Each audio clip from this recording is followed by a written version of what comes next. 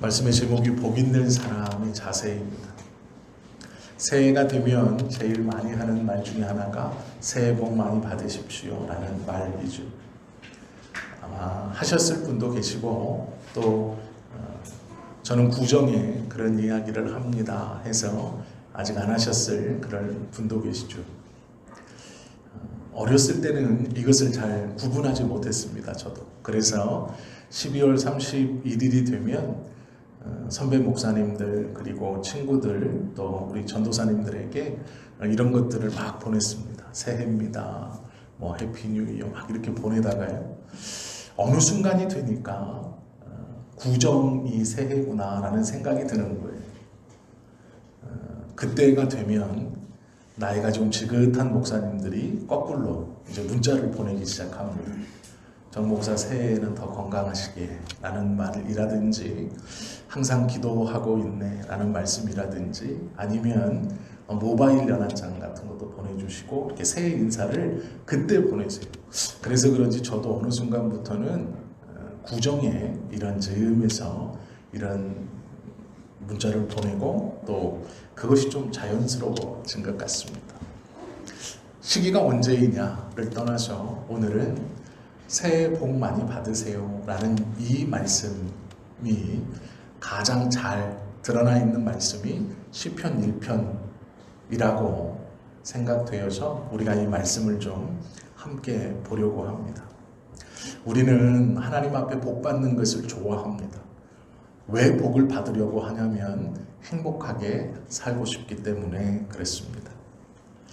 그런데 우리가 가만히 생각해 보아야 할 것이 하나 있습니다. 그게 무엇이냐면 그렇게 좋아하는 행복이라는 것이 어떻게 생겼는지 또 어떻게 받을 수 있는지 또 어떻게 줄 수는 있는지 또 얼마나 오래 붙들고 있을 수는 있는지 내가 원하는 행복을 누가 줄 수 있을지 아니면 또 내가 다른 누구에게 그 행복을 전달할 수는 있을지 행복이라는 게 과연 많이 가진 것을 의미하는지 아니면 행복은 상태를 의미하는 것인지 아니면 이 행복이라는 것이 사람에게서 사람에게 오는 것인지 어떤 물건에게서 사람에게 오는 것인지 아무도 모르죠.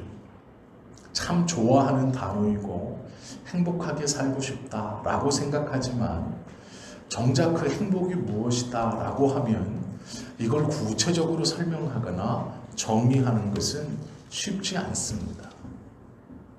행복은 만족하는 것입니까? 행복은 기쁜 것입니까? 행복은 성공하는 것입니까?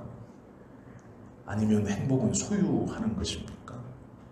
아니면 행복은 어떤 상태에 내가 들어가 있는 것입니까? 행복을 참 좋아하고 행복하게 살려고 많이 노력하지만 그 행복이라는 것이 무엇인지 우리는 정확히 알지 못하죠. 주변에 보면 행복하게 사는 것 같은 사람들이 많이 있습니다. 또 눈에 자주 보이죠. 그러나 그들을 한참 보고 있으면 그들도 계속 행복하지 못하다라는 것을 우리는 보게 됩니다. 이 행복이라는 것을 사전적 의미로 정확하게 알아서 내가 그 뜻을 깨달으면 행복한 것인가? 그렇지도 않은 것 같습니다. 내가 간절히 원하고 바라던 것이 이루어지면 내가 이 행복을 가지고 있다고 생각할 수 있을까? 그러지 않은 것도 같습니다. 취업을 앞두고 있는 청년들, 또 이직을 준비하고 있는 많은 분들이 있고 대입을 준비하고 또 여러 가지 진학과 소원과 여러 계획을 품고 있는 많은 사람들이 주변에는 있습니다. 물론 우리도 그런 생각들을 품고 살아갑니다. 이것이 이루어지면 그러나 막상 대학을 그렇게 가기를 원했던 그 젊은이가 대학에 가면 자기가 생각했던 것만큼 그렇게 크게 행복해하지 않는 것을 우리는 봅니다. 좋은 직장에 가고 싶어 하는 그 젊은이가 그 좋은 직장에 들어가도 곧 힘들고 지쳐 피곤해 하면서 자신의 삶에서 그 들어가고 싶어 하는 직장에 갔음에도 삶의 힘겨움으로 어깨가 축 늘어져 아침에 나가는 모습을 우리는 보게 되죠. 우리는 행복이라는 것이 어느 곳에 있다가 우리에게 어느 순간 찾아와 주기를 원합니다. 그러면 그 행복이 오면 우리는 지금과는 다른 무엇인가를 느낄 것이라고 생각합니다. 정치적인 안정, 물질적富有, 사업의 성공, 건강, 장수, 명예 혹은 지위 같은 것이죠. 어느 곳에 있다가 나에게 불현듯 다가오면 그것으로 인하여 기쁘고 정말 행복할 것 같습니다. 그리고 또 많은 사람들은 이런 행복을 위해서 많은 시도들을 합니다. 땀 흘리고 힘쓰고 애쓰고 쉬지도 않고 살아갑니다. 그러면 이렇게 살아가서 무엇인가를 가지면 행복한가? 한번 깊이 생각해 보아야 합니다. 행복은 우리의 주변에 있는 것이 아니라 나 자신에게 있습니다. 내가 행복하면 내 주변의 모든 것은 행복해집니다. 내가 불행하면 내 주변의 모든 것은 함께 불행해집니다. 우리에게 중요한 것은 어떤 여건에서도 내가 행복할 수 있다라는 것을 알고 붙들며 살아가는 것입니다. 행복의 출발이 되는 복, 이 복은 두 가지 개념이 있습니다. 하나는 복된 여건이 그것입니다. 즉 환경이 복된 것입니다. 또 하나는 복된 사람이 되는 복입니다. 행복은 이 두 가지에서 출발을 합니다. 복된 환경의 복이 첫 번째이고 복된 사람의 복이 두 번째입니다. 어떤 사람은 봄이 오면 이제 봄이 됐다고 좋아합니다. 피어나는 새싹들을 보고 느꼈던 따스함이 다시 기억나고, 이 사람은 여름이 와도 행복합니다. 여름이 오면 가벼운 옷을 입을 수 있고 그동안 하지 못했던 여러 가지 스포츠를 즐길 수 있고, 가을이 와도 결실을 맺을 수 있어서 좋고, 가을에 그 산들한 바람을 느끼면서 또 기뻐하고 즐거워합니다. 겨울이 오면 눈이 와서 좋고, 그동안 보지 못했던 눈이 서먹히 쌓인 아름다움을 볼 수 있어 기뻐하고 행복합니다. 또 어떤 사람은 봄이 오면 질척거리는 땀으로 인하여 싫고, 여름이 오면 뜨거워서 짜증이 나고 많은 피로 인해 화를 내고, 가을이 오면 이제 곧 추워지겠지, 겨울이 오면 마찬가지로 그 추위 때문에 오들오들 떨면서 속으로 에이 라고 하며 살아가는 사람이 있습니다.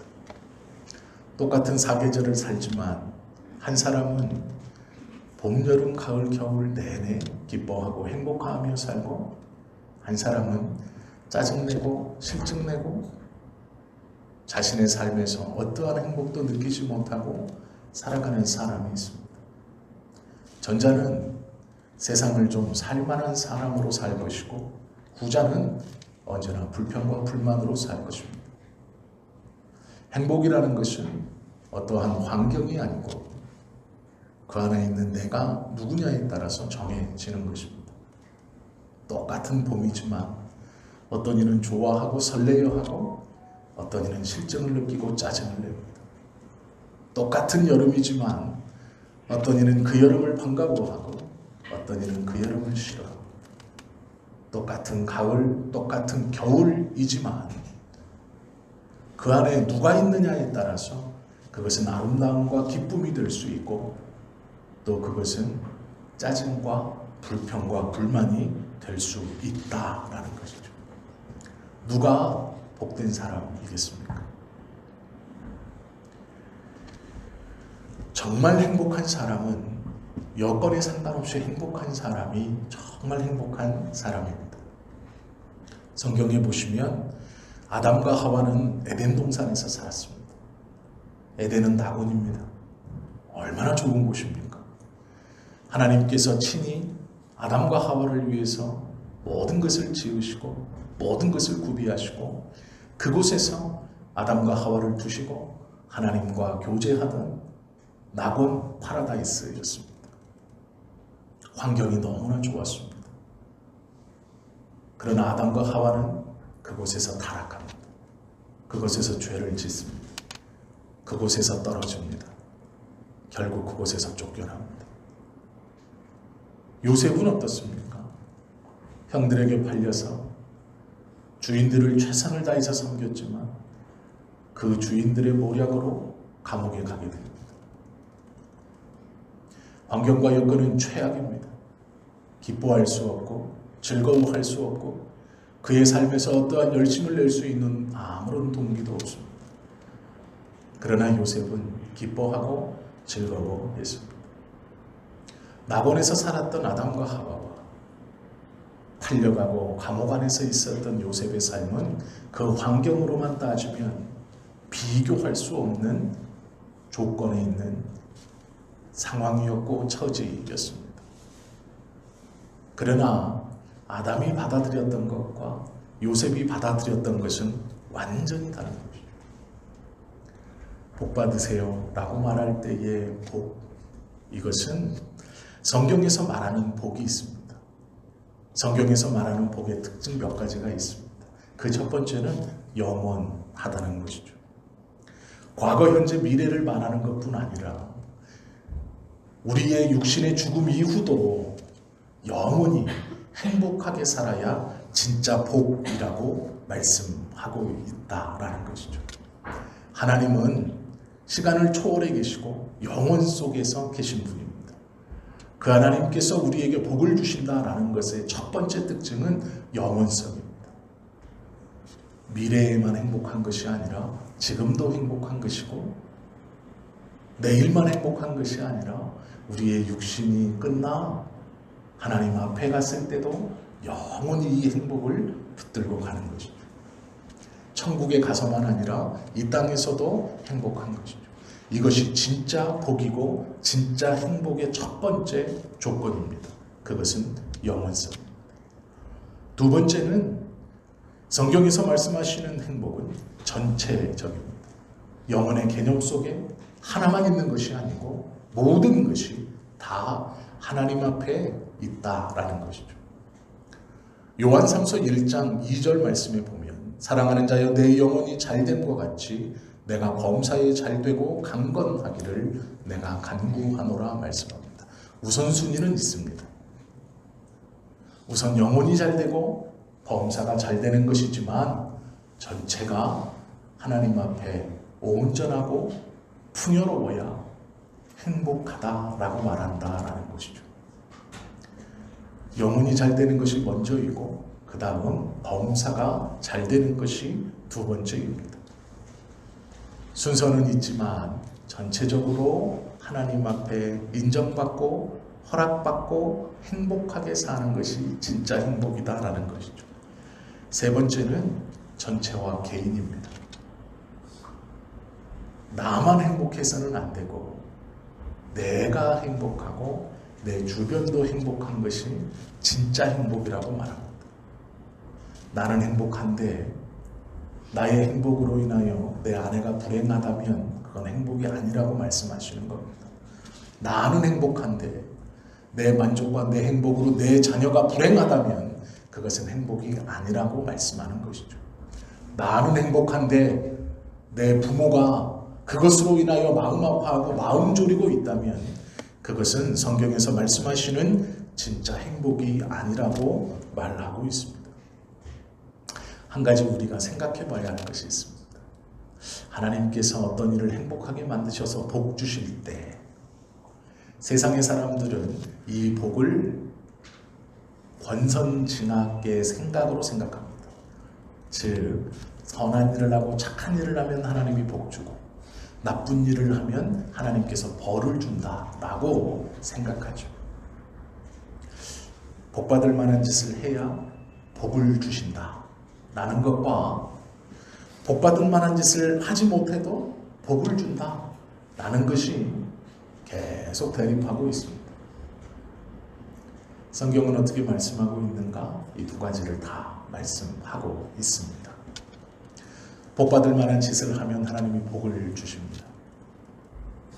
그러나 성경에서 더 중요하게 말씀하시는 것은 복받을 만한 짓을 하지 못해도 하나님은 복을 주신다라고 말씀합니다. 성경은 복받을 사람을 먼저 이야기합니다. 복받을 행위를 말씀하지 않고 복받을 사람에 대해서 먼저 이야기하고 있다라는 것이죠. 정확한 예일지는 모르나 하나님은 이렇습니다. 우리가 어머님이 뱃속에서 10달 아이를 품고 있다가 10달 만에 그 산고의 고통을 겪고 태어났습니다. 그런데 얼굴을 가만히 보니까 이 아이가 이쁘게 생기고 부모 말도 잘 들을 것 같고 공부도 잘 할 것 같고 대학도 잘 갈 것 같고 돈도 많이 벌 것 같으면 호적에 올려서 잘 키우고 태어나서 얼굴을 딱 보니까 아빠 닮아서 얼굴도 좀 별로고 머리도 나쁠 것 같고 부모 속도 썩일 것 같고 돈도 많이 못 벌 것 같으면 호적에 올리지도 않고 나몰라라 하지 않지요. 그 아이의 어떠하든 중요한 것이 아니라 그 아이가 내 자녀이므로 호적에 올리고 열심히 최선을 다해서 좋은 것을 입히고 좋은 것을 먹이려고 노력하는 것이 부모입니다. 하나님께서는 우리를 그러한 마음으로 이 땅에 내어놓으셨고 그러한 마음으로 오늘도 동행하고 있습니다. 이것이 하나님의 선택입니다.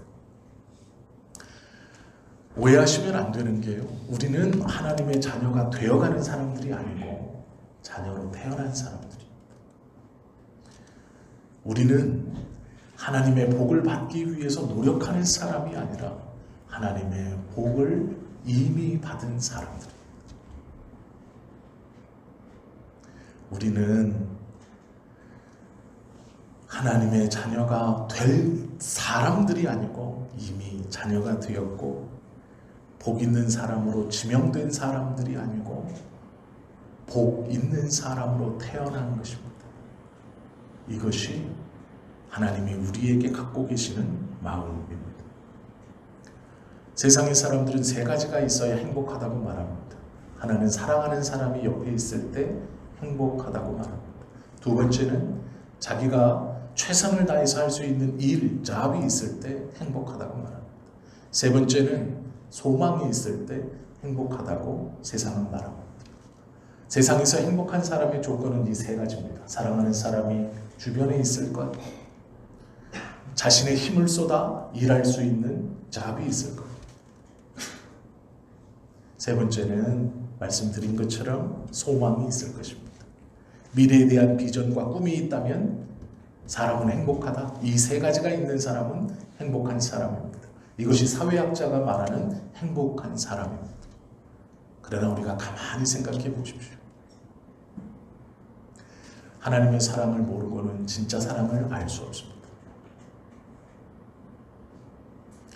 하나님께서 주시는 은혜의 일이 아니고는 우리가 우리의 모든 것을 드려야 할 일도 우리 주변에는 없습니다. 하나님께서 우리에게 주시는 소명을 모르고는 우리는 진짜 소망을 품을 수 없는 사람들입니다. 세상에서는 행복하게 사는 환경을 꾸미기 위해서 노력하고 행복하게 사는 방법을 찾기 위해서 노력하지만 우리는 그럴 필요가 없습니다. 우리는 하나님께서 당신의 자녀로 이 땅에 보내셨고 하나님의 자녀로 이 땅을 살게 하시고 처음부터 복된 사람으로 이 땅에 보내셨습니다. 오늘 시인의 고백을 가만히 들어보면 놀라운 일이 있죠. 복받는 길, 이 말은 없습니다. 놀랍게도 복을 받는 길에 대해서는 기록해 놓고 있지 않습니다. 그런데 복 있는 사람에 대해서는 기록해 놓고 있습니다. 복 받는 길, 그건 없고요. 복 있는 사람, 그 말은 여러 번 반복되어 나옵니다. 복 있는 사람. 우리는 복 있는 사람입니다. 이미 그렇게 하나님이 태어나게 하셨습니다. 복 있는 사람으로 이 땅에 보내신 것이죠. 복 받는 길을 찾아 헤매는 사람이 아니고 내가 어떤 행위를 통해 하나님께 복을 받아 누리는 사람이 아니고 이미 복 있는 사람으로 이 땅에 보내셨다라는 것이죠. 본문을 고백하는 이 시인은 복 있는 사람에 대해서 고백하지만 이 사람의 환경이 좋았던 것이 아닙니다. 본문을 가만히 읽어보면 악인과 죄인과 오만한 자와 함께 살고 있는 환경입니다. 그 사람들의 거드름도, 그 사람들의 괴롭힘도, 그 죄의 유혹도 주변에 있고 자신을 괴롭히고 자신과 함께 있는 삶을 살아가는 중입니다. 복 있는 사람이라고 하여서 환경과 여건이 다 좋고 죄인이 다 물러가고 나를 괴롭히는 것이 하나도 없고 그런 게 아니고 시편 1편을 가만히 읽어보면 죄인들과 함께 살고 오만한 자와 함께 살고 죄의 유혹이 그를 괴롭히고 있습니다. 오만한 자의 거들먹거림이 그의 주변에 있다라는 것이죠. 그러나 이 사람은 복 있는 사람입니다. 자신을 복이 있는 사람이라고 고백합니다. 그리고 복이 있기에 누려가는 것이 있다라고 말하면서 나는 저들과는 다르게 살 것이라고 말합니다. 그 첫 번째가 악인의 꾀를 쫓지 않을 것이다 라는 것이죠. 환경과 여건이 나를 유혹하고 누르고 죄인들의 악인들의 거들먹거림이 있을 때 나의 연약함이 있을 때 환경이 복 있는 환경이 아니라 내가 복 있는 사람임을 하나님이 나를 복 있는 사람으로 이 땅에 보내셨다는 것을 믿고 붙들 때 이 복 있는 사람의 삶의 자세는 악인의 꾀를 쫓지 않는다라는 것이죠. 악인의 꾀를 쫓지 않는다는 말은 악인들을 따라다니지 않는다라는 말입니다. 죄인의 길에 서지 않는다라고 또 고백합니다. 죄 짓는 사람들 사이에서 머뭇거리거나 그들과 함께하지 않는다라는 말입니다. 여기서의 죄인이라는 말은 현행 겁니다. 지금 죄를 짓고 있는 그와 함께하지 않는다라는 거죠. 악인의 꾀를 쫓지 않는다는 것은 죄를 지으려고 모의하는 사람들 사이에 그들의 그 길을 쫓지 않는다는 말이고, 죄인의 길에 서지 않는다는 것은 지금 죄를 짓고 있는 사람들의 함께하지 않는다라는 것이죠. 세 번째는 오만한 자의 자리에 함께 있지 않겠다라는 것입니다. 오만하다는 것은 죄를 짓고 회개하지 않는 사람들을 말합니다. 죄를 짓고 회개하지 않는 것이 오만한 것이죠. 이 사람들과 함께하지 않겠다라는 것이죠.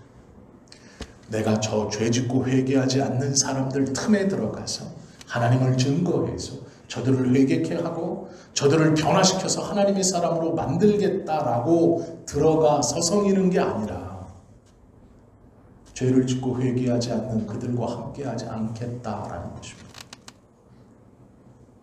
이것이 그의 고백입니다. 복 있는 사람은 악인의 꾀를 쫓지 않고 죄인의 길에 서지 않고 오만한 자의 자리에 앉지 않는다고 말합니다. 그들의 수군거림을 듣지 않겠다라는 것이죠. 이것이 복 있는 사람의 삶의 자세입니다. 환경은, 주변은 그렇지만 나는 이렇게 살겠다라는 것이죠. 우리의 즐거움이 어디에 있는가? 이는 하나님의 말씀을 듣는 것이 즐겁다라고 말합니다. 복 있는 사람은 환경의 복이 어떨지는 모르겠습니다. 그러나 그 환경과 상관없이 그 자신이 우리 스스로 내가 복 있는 사람임을 깨닫고 있어야 합니다. 복 있는 사람은 악인들이 나를 둘러싸도, 죄인들이 나를 둘러싸도, 오만한 자가 나를 멸시해도 실망하거나 좌절하지 않습니다. 그 그것이 나를 하나님의 복 있는 자로 태어난 나를 꼬꾸라뜨리거나 변화시킬 수 없다는 것을 알기 때문입니다.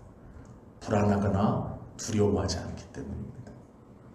이미 나는 복 있는 자로 태어났기 때문에 주변에서 아무리 나를 그렇게 눌러도 그것 때문에 복 있음을 부정하지 않기 때문에 그렇다라는 것이죠.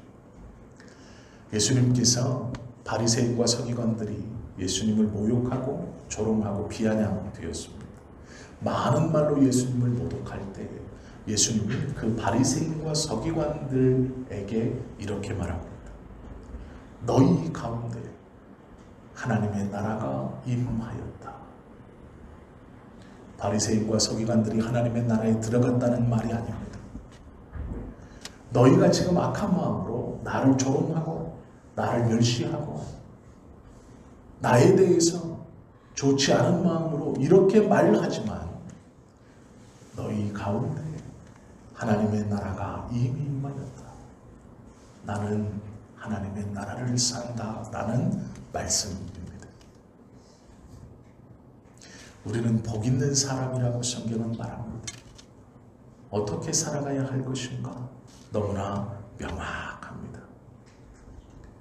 어디를 간다 해도 그는 봄에도 여름에도 가을에도 겨울에도 기뻐하고 즐거워하고 행복할 수 있고 감사할 수 있는 사람이 복 있는 사람입니다. 비록 형제들에게 팔려도 감옥에 들어가도 그곳에서도 하나님의 은혜를 붙들고 최선을 다하며 살 수 있는 사람입니다. 자기와는 세상적으로 비교할 수 없는 바리새인과 서기관들과 대제사장들이 그를 둘러싸 모욕하고 조롱해도 너희 가운데 이미 하나님의 나라가 임하였다 라고 말할 수 있는 사람이 복 있는 사람입니다. 돌에 맞아 죽어가면서 하나님 앞에 주여 저들을 용서하여 주십시오 라고 기도하는 스데반과 같은 그 고백을 할 수 있는 사람이 복 있는 사람입니다. 그 사람이 우리들이라고 말합니다. 구원을 얻은 자, 구원을 받은 자, 하나님의 자녀로 이 땅에 태어난 사람들, 그가 우리라고 말합니다. 그러기에 우리는 복된 환경이 아니고 내가 복 있는 사람이라는 것을 기억해야 합니다. 정확한 예는 아니지만 몸이 좀 약하고 불편하신 분들이 있을 수 있습니다. 그러면 기도하지. 하나님, 이 병마가 내게서 떠나가게 해주십시오. 건강이 회복되게 해주십시오. 기도해야 됩니다. 그러나 우리는 알고 있죠. 지금 나에게 병이 와서 몸이 약해져서 그렇게 기도하지만 내가 병에 걸렸던 날보다 더 많았던 건강한 그날, 그 건강이 나에게 행복을 주지 못했다는 것을 압니다. 병에 걸렸던 날보다 더 많은 날 우리는 건강했지만 그 건강할 때에도 불평이 있었고 불만이 있었고 하나님 앞에 이것만 해주시면 행복할 것 같습니다 라고 하는 기도의 제목들이 있었습니다. 회복이 되어도 그 기쁨과 감사는 잠깐일 겁니다. 우리는 죄인들이기 때문에 하나님의 말씀을 마음에 품지 않고 우리 스스로 내 스스로 하나님에게 온전히 의지하지 않고 내 뜻대로 내 생각대로 무엇이 이루어진다 하여도 진정으로 감사하거나 진정으로 기뻐하거나 진정으로 행복하지 못하는 것이 죄인된 우리의 모습입니다. 내가 생각하는 행복의 조건이 이루어지면 행복할 수 있을 것 같지만 그렇지 않다는 걸 우리는 압니다.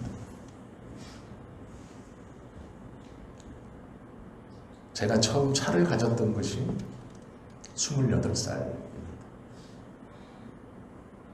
아직도 눈에 선합니다. 프라이드 베타 빨간색 130만 원을 주고 구입했었습니다. 에어컨도 나오지 않았습니다. 에어컨을 틀었더니 매미 허물벗은 것이 안에서 탁 튀어나오더라고요. 그때는 창문도 이렇게 열었습니다. 지금 생각하면 어떻게 타고 다녔나 싶습니다. 그런데 그 차를 처음 봤을 때, 내 것이라고 생각하고 처음 봤을 때 너무 좋았습니다. 정말 기뻤습니다. 그리고 몇 년 있다가 목사님이 타시는 엘란트라를 봤습니다. 너무 부럽더라고요. 내가 저것만 타면, 내가 저 차만 타면 너무 좋겠다. 그 프라이드를 첫 차로 소유하고 몇 년이 지나 엘란트라를 봤는데 엘란트라가 너무 좋아 보입니다. 그리고 나서 제 차를 보니까 이건 차 같지도 않고 이건 어떻게 그렇더라고요. 우리를 설레게 하는 것, 내가 이것이 있으면 행복할 것이다 라고 생각하는 것, 정확히 보면 그건 우리에게 행복을 주지 못합니다. 환경이 어떠함이 좋아지면, 환경이 좋아지는 복을 받으면 그것이 우리를 행복하게 할 것 같지만 그렇지 않습니다. 우리는 많은 날 많은 것을 가지고 있었습니다.